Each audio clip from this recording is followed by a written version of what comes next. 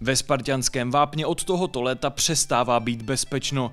Na pozici stopera jsme posílili Lukášem Štětinou, borcem, ze kterého už od pohledu máte respekt.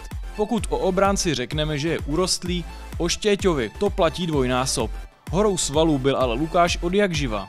Tu svoju muskulatúru alebo postavu mám tak nejak od malička s tým, že som dosť pracoval manuálne, keďže pochádzam z dediny, tak tam tej práce bolo pomerne dosť a mám dvoch starších bratov, s ktorými som tak nejak musel stíhať a v podstate nemal som žiadne úľavy.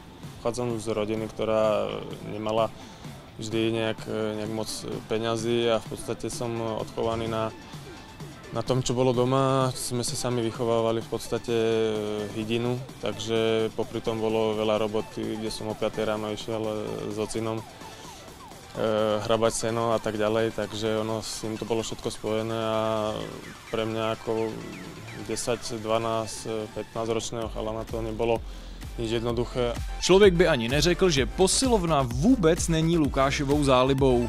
Asi veľa ľudí myslí, že ja trávim niekoľko hodín v posilovne, ale ono to vôbec nie je pravda. Ja posilovanie vo finále ani moc nemusím, ja to skôr beriem ako také nejaké udržovanie sa a samozrejme dneska viem, že mi to moc pomáha vo futbale, v zápasoch, kde v tých súbojoch sa cítim určite lepšie a tým superom si myslím, že im to dosť znepríjemňujem. Takže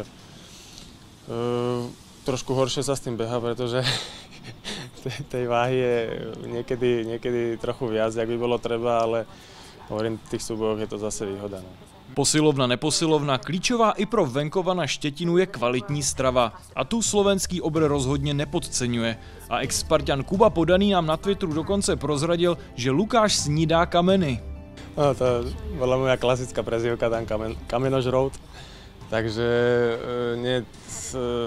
ja v podstate sa snažím, samozrejme som sa tak nejak aj sa snažil poradiť s nejakými odborníkmi, ale tak nejak tú stravu neriešim nejak do detailu, skôr som zameraný na to, čo mi v podstate tak nejak vybudovalo moju postavu a to bola kvalitná domáca strava.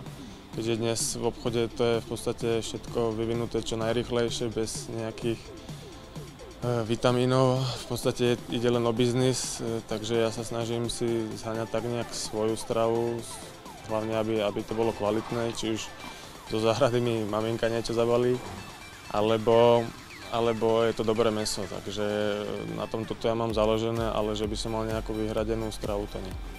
Příchodem Lukáše Štětiny získává Sparta podstatnou výhodu.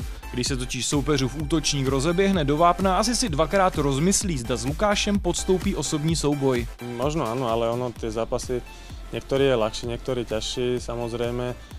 Aj tí útočníci zase nie sú len tak zo špáratiek postavení, takže tiež majú svoju muskulatúru. Hlavne vysokí, keď sú, tak ja zase tú výšku takú nemám, ale zase sa to snažím tým telom tak nejak si pomôcť a odstaviť ich a myslím si, že vo veľa prípadoch sa mi to darí.